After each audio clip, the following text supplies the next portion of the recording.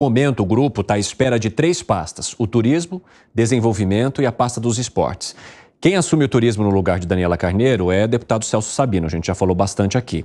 O desenvolvimento deve sair das mãos de Wellington Dias e vai para o deputado federal André Fufuca. No caso do esporte, quem deve assumir no lugar da ex-jogadora de vôlei Ana Moser é o deputado federal Silvio Costa Filho. Inclusive, sobre a questão da Ana Moser, tem já uma movimentação de atletas e ex-atletas que emitiram um comunicado pedindo a permanência de Ana Moser na pasta. Criaram a hashtag Fica Ana Moser e afirmam que o esporte não é puxadinho. Ou seja, essas movimentações, elas vão gerar reações também. E o que essas reações podem trazer de consequência para o governo, hein, Piperno? Aliás, sobre essas 3 mudanças que você citou, enfim, que você mencionou, eu já retuitei se Fica Ana Moser algumas vezes. Gosto muito dela, acho que é uma boa ministra e torço para que o presidente resista a essa tentação ou essa tentativa de tomar o ministério dela. Olha, o Segrest citou algumas expressões, uma delas atribuída ao Malan, ele falou de centro, é como aquela coisa de quando você vai avaliar, por exemplo, um determinado contingente urbano. Você tem o centro e você tem o centro expandido. Então, o que o presidente Lula está buscando realmente é um centro expandido, né? Uma parte do centro ele já tem, agora ele quer expandir isso aí. Ele quer uma base folgada para tudo. Ele conseguiu, na semana passada, vitórias importantes. Não, me surpreenderam. Eu sempre disse que quando ele entra em campo para articular é uma coisa, quando fica com o Rui Costa é uma outra, totalmente imprevisível. Agora, ele quer uma base para lhe dar mais tranquilidade até o final.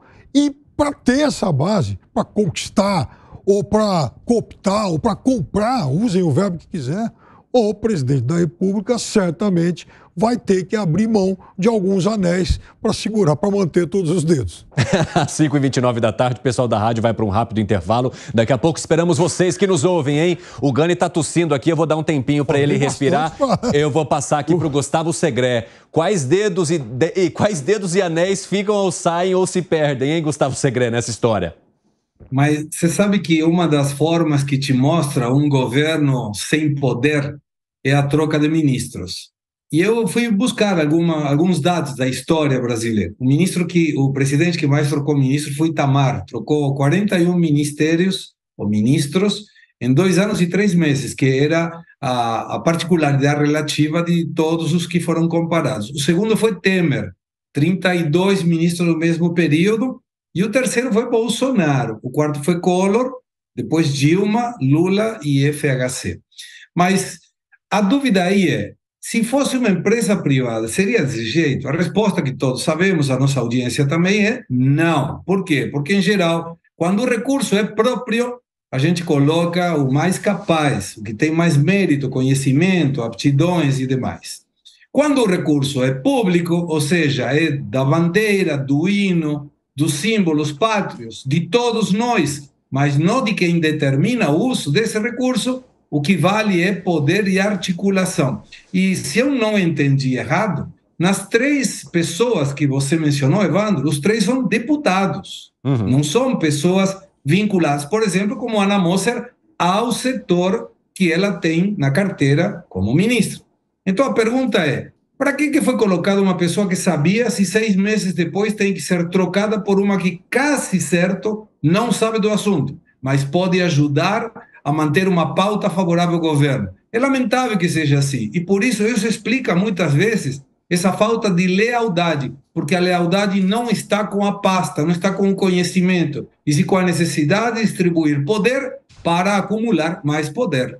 Gani, é um vai que cola, porque o governo entra no poder vendo. Vamos ver como é que a gente vai lidar com o Congresso e com o atual poder do Congresso. Vamos colocar os nossos cargos aqui e conforme a gente vai caminhando, se houver uma necessidade em troca de aprovações e pautas, a gente vai podando alguns e trocando por outros. É mais ou menos assim que funcionaria? Perfeito esse diagnóstico, né? Veja que num primeiro momento colocar a Ana Moser fazia todo sentido, até para vender aquela ideia de um governo de todos, uma frente ampla, democrática, até etc. mais técnico. Até mais técnico e tal.